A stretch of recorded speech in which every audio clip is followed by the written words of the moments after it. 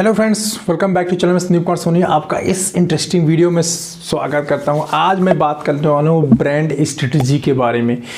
ऐसी brand strategy जिसमें बिना इन्वेस्टमेंट के हम ब्रांड को जीरो से टॉप पे पहुंचा सकते हैं। जी हाँ फ्रेंड, ऐसी ब्रांड स्ट्रेटजी जिसमें ना हम जीरो से टॉप पे किसी ब्रांड को पहुंचा सकते हैं। कब? आज के कम्पिटिटिव मार्केट के अंदर। आज मैं एक ऐसी ब्रांड के बारे में आपसे बात करने वाला हूं जिसके ऊपर कंपनी ने बिना इन्वेस्टमेंट किए उसको टॉप ब्रांड में कन्वर्ट कर दिया। ठीक है, आज मैं बात करने वाला हूं आपसे एक केस स्टडी शेयर करने वाला हूं एसएम फाइब्रो कैप्सूल की। एसएम फाइब्रो ये सब म्यूकस फाइब्रोसिस में यूज होने वाला कैप्सूल है और ये इंडोको वारेन का ब्रांड है। ठीक है, मार्केट में इजिली अवेलेबल है, कहीं भी आप इसको ले सकते हैं। काफ़ी ज़्यादा पॉपुलर ब्रांड है। इसकी मैं आपको आज केस स्टडी शो करने वाला हूँ, कैसे ये ब्रांड इतना बड़ा बन गया और कैसे बिना इन्वेस्टमेंट के लाइकोपिन जैसा ब्रांड ना मार्केट के अंदर छा गया। ठीक है, और भी ऐसी स्पेशलिटी के दम पे जिसको आप सोच भी नहीं सकते। डेंटिस्ट जो हमारे फार्मा मार्केट के अंदर क्या बोलते हैं इसको, छोटी स्पेशलिटी है और पॉपुलैरिटी तो इतनी है कि अगर कोई मेडिकल लैब डेंटिस्ट सेगमेंट के अंदर काम कर रहा है ना, उसको मना कर दे, छोटी स्पेशलिटी वहां जाके मत काम करो। अगर वहां काम कर लोगे तो स्पेशलिटी के अंदर नहीं आ पाओगे, आपका सिलेक्शन नहीं होगा यहाँ पे। और पता नहीं क्या क्या बातें करते हैं, कितनी छोटी स्पेशलिटी का मेन सेगमेंट में आ ही नहीं पाओगे, इस तरह से बातें होती हैं। ठीक है, एसएम फाइब्रो जो कैप्सूल है एक्चुअली इसकी कुछ खास बातें मैं आपको बताता हूं, देन आपको स्ट्रेटजी शो करूंगा। इसकी कुछ खास बातें ये हैं कि ये लाइकोपिन कंटेनिंग ब्रांड है फ्रेंड। इसके अंदर मेनली ना कैरोटिनॉइड्स है, means lycopene and beta carotene है, विटामिन ई इसके अंदर डाला गया है। इसके बाद मिनरल्स है, इसके अंदर सेलेनियम है, जिंक है, अल्फा लिपोइक एसिड है। ये कॉम्बिनेशन है अपना एसएम फाइब्रो का। ये मेनली जो कंपनी इस ब्रांड को फोकस करती है वो सब म्यूकस फाइब्रोसिस में, ओरल लीजन्स में, ओरल ल्यूकोप्लेकिया में, लाइकेन पेनस में, अल्सरेशन में और माउथ के जो अदर डिजीजेज हैं उसके अंदर कंपनी इंडिकेशन प्रोवाइड करती है। इसके अंदर कंपनी फोकस करके इस ब्रांड को सेल करती है। इस ब्रांड के अंदर खास बात क्या है कि ब्रांड का जो साइज, एसएम फाइब्रो का जो कैप्सूल का साइज है वो इतना स्मॉलर है कि किसी भी पेशेंट का अगर सिंगल फिंगर ओपनिंग है, मतलब माउथ ओपनिंग, क्योंकि सब म्यूकस फाइब्रोसिस के अंदर क्या होता है कि माउथ ओपनिंग छोटी हो जाती है, कम हो जाता है। ठीक है, माउथ ओपन होना आपने देखा होगा, पान सुपारी गुटखा जो खाते हैं उनका माउथ ओपन नहीं होता है। तो उसमें अगर सिंगल फिंगर ओपनिंग किसी की है तो वो भी एसएम फाइब्रो ले सकता है। यही है की पॉइंट एसएम फाइब्रो के सक्सेस का कि किसी का अगर सिंगल फिंगर ओपनिंग है तो वो भी ले सकता है, एसएम फाइब्रो खा सकता है और उससे उसको रिलीफ मिलेगा। बात करते हैं ब्रांड स्ट्रेटजी से, जीरो से हीरो कैसे बना, जीरो से ये ब्रांड टॉप पे कैसे गया। देखिए, सेलिंग के ना दो रूल, सेलिंग एक्चुअली दो तीन तरीके से किया जाता है फ्रेंड। अगर सेल की हम बात करें, सेल के डिफिनीशन की बात करें तो देखो, पहला तरीका होता है सेल करने का कि आप मार्केट के अंदर ना पेशेंट की, या मैं बोलूँगा कस्टमर के नीड को आइडेंटिफाई कर लो। अगर कस्टमर के नीड को आइडेंटिफाई कर लिया आपने तो बस आपको प्रोडक्ट बना के उस नीड को फुलफिल करना होता है। तो अगर आपने नीड आइडेंटिफाई किया और राइट प्रोडक्ट आपने बना दिया तो आपका प्रोडक्ट हिट हो जाएगा, क्योंकि नीड को फुलफिल कर दे रहा है। ठीक है, पहला तरीका ये है सेल का। दूसरा तरीका ये है कि आप नीड को जनरेट करो। नीड जनरेट करने के लिए क्या होता है कि आपको आपके जो पेशेंट है या जो कस्टमर है उसको एजुकेट करना पड़ेगा। अंडरस्टैंड, उसको एजुकेट करना पड़ेगा तो वहां से नीड क्रिएट हो जाती है, और जब नीड क्रिएट हो जाती है तो देन आप फुलफिल कर सकते हो। ये जो दूसरा तरीका है ना, इसी पेशेंट को एजुकेट करके, पेशेंट को बता के, ये तरीका आप टीवी के एडवर्टीजमेंट में खूब देखो। जैसे इजी आता है, आपने देखा होगा कि विंटर में क्लोथ छोटे हो जाते हैं, अगर नॉर्मल डिटर्जेंट से करोगे तो वहाँ पे क्या हो जाएगा, इजी से साफ करो। तो नीड क्रिएट की गई है। ठीक है, नीड क्रिएट करने के उसमें भी कई, अगर बाइफरकेट करूँगा तो बहुत सारे तरीके एक होते हैं इस तरह से, जैसे इजी लेके करता है उसका मार्केटिंग स्ट्रेटजी, या फिर पेशेंट को बहुत ज़्यादा एजुकेट करके, पेशेंट को ज़्यादा पढ़ा लिखा के उस तरीके से सेल करना। तो जैसे एसएम फाइब्रो में हुआ, तो हम अभी उसमें नहीं जाएंगे खैर कि कौन कौन सी और इसके बाइफरकेशन है। हम मेन स्ट्रेटजी की बात करेंगे कि अपने कस्टमर को एजुकेट करो और एजुकेट करने के बाद उनके नीड को फुलफिल करो। एजुकेट करो, नीड जनरेट करो और फुलफिल कर दो। एसएम फाइब्रो में यही किया गया। कंपनी ने ना एक गैप ढूंढा।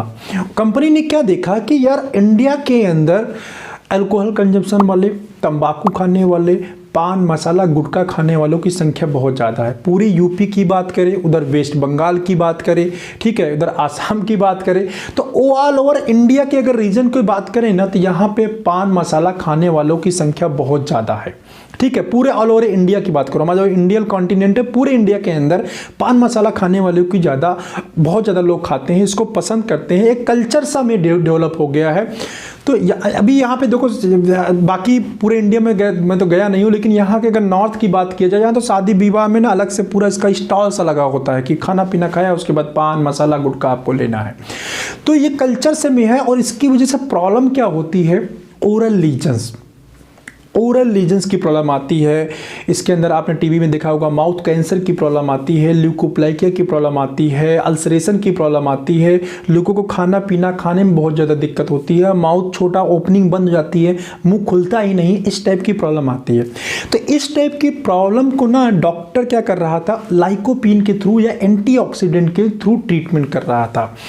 तो लेकिन उसके लिए कोई डेडिकेटेड ब्रांड नहीं था जो ये बोले कि आपको अगर ओरल लीजन्स की प्रॉब्लम आती है तो आप इसको ट्रीटमेंट में ये ब्रांड दोगे। तो ऐसा कोई डेडिकेटेड करके ब्रांड नहीं था। अगर किसी अदर सेगमेंट की आप बात करो तो हर एक बीमारी को लेके ना, अगर जॉइंट पेन हो रहा है तो उसके लिए, गाउट है तो उसके लिए, स्पॉन्डिलाइटिस है तो उसके लिए, नर्व की प्रॉब्लम, हर एक डिजीज के लिए एक डेडिकेटेड प्रोडक्ट है, और एक नहीं मल्टीपल ब्रांड्स मार्केट के अंदर अवेलेबल है। बट अगर ओरल लीजन्स की बात की जाए तो कोई ऐसा ब्रांड नहीं था मार्केट के अंदर जो ये बात करता हो कि ओरल लीजन्स अगर आपको हो जाते हैं तो ये ब्रांड प्रिस्क्राइब करना चाहिए। अगर आपको ओरल ल्यूकोप्लेकिया हो जाता है तो आपको ये ब्रांड प्रिस्क्राइब करना चाहिए। ओरल कैंसर हो रहा है तो आपको ये ब्रांड प्रिस्क्राइब करना चाहिए। ऐसा बात करने वाला मार्केट के अंदर कोई ब्रांड अवेलेबल नहीं था। वारेन ने इसको आइडेंटिफाई किया, इस गैप को आइडेंटिफाई किया। तो ओरल लीजन्स के या माउथ की ज्यादातर प्रॉब्लम जो होते हैं वो डेंटिस्ट ट्रीट करते हैं, और वारेन क्या है, डेंटिस्ट्री की नंबर 1 डिवीजन है, डेंटिस्ट्री की नंबर 1 डिवीजन है, और इसकी वजह से उसने इसको इनकैश कर लिया। और कंपनी ने क्या किया, देखो मार्केट के अंदर लाइकोपिन बहुत ज़्यादा अवेलेबल है, हर कंपनी लाइकोपिन लेके बेचती है, मल्टीविटामिन। कंपनी ने यहाँ पे एक होशियारी दिखाई, कंपनी ने अपने ब्रांड को लाइकोपिन पे फोकस नहीं है। कंपनी ने सो ही नहीं किया कि मेरे ब्रांड के अंदर लाइकोपिन है, कभी बात नहीं करती वो कंपनी कि लाइकोपिन इसके अंदर है। कंपनी कैसे पोजीशन किया अपने ब्रांड को एसएम फाइब्रो के, कंपनी ने बोला कि सर अगर पेशेंट को oral leukoplakia, lichen planus, ulceration, mouth cancer की प्रॉब्लम है तो एसएम फाइब्रो दो। अब ये सब जो डिजीजेस थे ना, इसके बारे में एजुकेशन की बड़ी कमी थी डेंटिस्ट्री के अंदर। कंपनी ने क्या किया, एजुकेशन को इनपुट करना शुरू किया, डॉक्टर को ल्यूकोप्लेकिया के बारे में पढ़ाना शुरू किया, उसके रिगार्डिंग लिटरेचर, साइंटिफिक इनपुट भर भर के दिए। बाकी कोई गिफ्टिंग या कोई इनपुट नहीं दिया। कौन सा इनपुट दिया, एजुकेट करने वाली गिफ्टिंग दिया। और हर एक इनपुट के अंदर ये मेंशन कर दिया कि oral leukoplakia means SM fibro, oral leukoplakia means SM fibro, oral lichen planus means SM fibro, oral ulceration means SM fibro, oral lesions means SM fibro.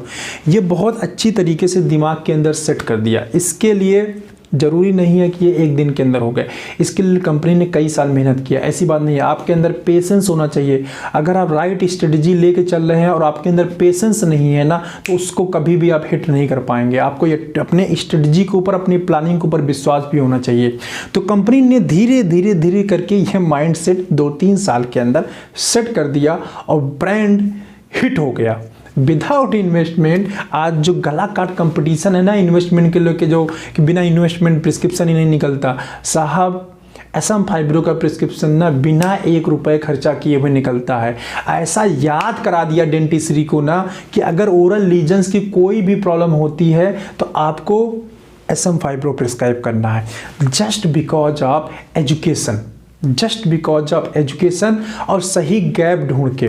Brand जब मैं था 2017 के अंदर, ये टॉप 3 के अंदर लाइकोपिन कंटेनिंग ब्रांड के अंदर आता था। अभी प्रेजेंट टाइम में इसका सिचुएशन मुझे नहीं पता है, बट टॉप 3 के अंदर आप सोचो कि लाइकोपिन के अंदर जो मेजर प्रिस्क्राइबर हैं वो या फिर फिजिशियंस होते हैं या फिर गायनिकोलॉजिस्ट होती हैं। तीसरे नंबर पे मैं बोलूँगा जीपी होते हैं। और इन तीनों ही सेगमेंट के अंदर एसएम फाइब्रो को प्रमोट ही नहीं किया जाता। कंपनी प्रमोट ही नहीं करती है SM फाइब्रो को कि इन सब जगहों पे। उसके बाद डेंटिस्ट्री के दम पे कंपनी इतना बड़ा ब्रांड बन गई, ठीक है, इतनी बड़ी कंपनी ब्रांड बना देती है।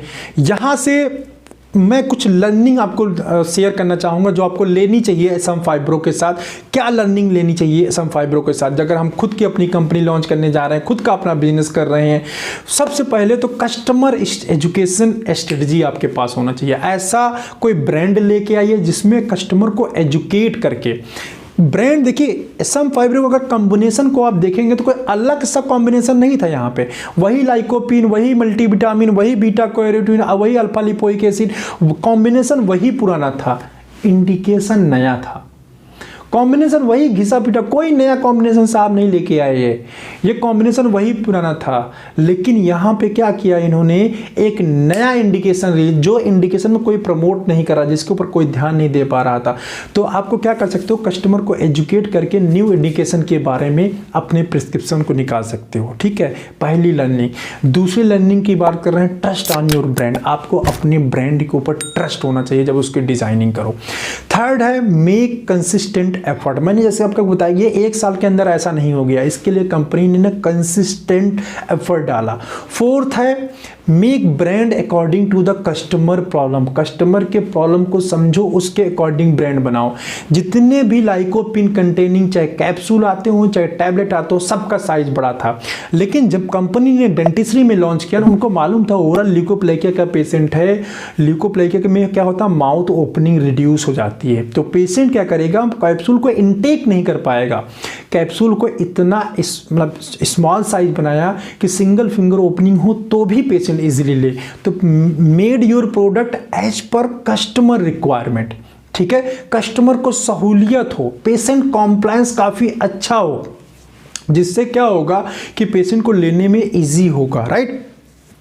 और फिफ्थ जो पॉइंट है यहाँ पे, ट्रस्ट ऑन योर टीम। जो आपकी टीम है कंपनी की, उसके ऊपर भी विश्वास करना चाहिए। क्योंकि जो ब्रांड डेवलपमेंट होगा ना, तो जो लीडर है वो तो वहाँ से स्ट्रेटजी बताएगा, लेकिन अपनी टीम के ऊपर अगर आपने ट्रस्ट किया हुआ है, अपनी टीम को प्रॉपर ट्रेनिंग दिया हुआ है, तो जाहिर सी बात है मार्केट के अंदर इम्प्लीमेंटेशन के बाद रिजल्ट आना है, ठीक है। तो अगर आप कोई स्मॉल एंटरप्रेन्योर हैं या फिर कोई स्टार्टअप करने जा रहे हैं फार्मा के अंदर, आपको इससे लर्निंग लेनी चाहिए कि बिना इन्वेस्टमेंट के भी फ्रेंड हम ब्रांड को बड़ा बना सकते हैं। आज के टाइम में भी जो लोग बोलते हैं कि नहीं बिना इन्वेस्टमेंट फार्मा के अंदर बड़ा नहीं हो जा सकता, तो बिना इन्वेस्टमेंट भी फार्मा के अंदर बड़ा हो सकते हैं। बट उसके लिए ना वो स्ट्रेटजी वो आपको सोचना पड़ेगा, वो आपको बनाना पड़ेगा, तभी ऐसा होगा। सरल कोई चीज़ नहीं होती, आसान कोई चीज़ नहीं होती, बैठ के सोचना पड़ता है। तो अगर आप स्टार्टअप कर रहे हैं, कंपनी लॉन्च कर रहे हैं, जनरल ब्रांड लेके आएंगे, तो वही है, भेड़ चाल में चलते रहेंगे। भेड़ चाल से अलग होके करने की कुछ कोशिश करेंगे तो डेफिनेट सी बात है आपकी बात बनेगी, ठीक है। चलिए बस इस वीडियो में इतना ही। उम्मीद करता हूँ आपको इस SM फाइब्रो की केस स्टडी से बहुत कुछ लर्निंग मिला होगा, कुछ विश्वास आया होगा अपनी स्टार्टअप के ऊपर, अपने थिंकिंग के ऊपर, और कुछ आइडियाज़ मिले होंगे कि जिसके थ्रू आप भी अपनी कंपनी के अंदर ऐसे ब्रांड लेके आ सकते हैं, ऐसी स्ट्रेटजी लेके आ सकते हैं जिसके थ्रू आप मोनोपोली क्रिएट कर सकते हैं किसी ब्रांड के अंदर। मैंने आपको बताया नहीं, ये एक प्रकार की मोनोपोली है कंपनी की डेंटिस्ट्री के अंदर। कोई कितना भी बड़ा कंपटीटर आ जाए ना, इस ब्रांड को बीट नहीं कर सकता, ऐसा याद करा दिया है, ठीक है। अगर जितने भी ब्रांड प्रिस्क्राइब किए जाते हैं, लाइकोरेड जबकि नंबर 1 ब्रांड है, 95% डेंटिस्ट्री का पूरा शेयर ना SM फाइब्रो लेके रखा हुआ है अपने पास में, ठीक है। चलिए बस इतना ही इस वीडियो के अंदर। उम्मीद करता हूँ वीडियो आपको अच्छा लगा होगा। अगर अच्छा लगा हो ना, एक यार लाइक कर देना, काफ़ी बढ़िया लगता है, ठीक है। चलो बस बंद करते हैं ये भी वीडियो, मिलते हैं किसी ऐसे ही इंटरेस्टिंग वीडियो में आपके साथ। तब तक के लिए बाय बाय।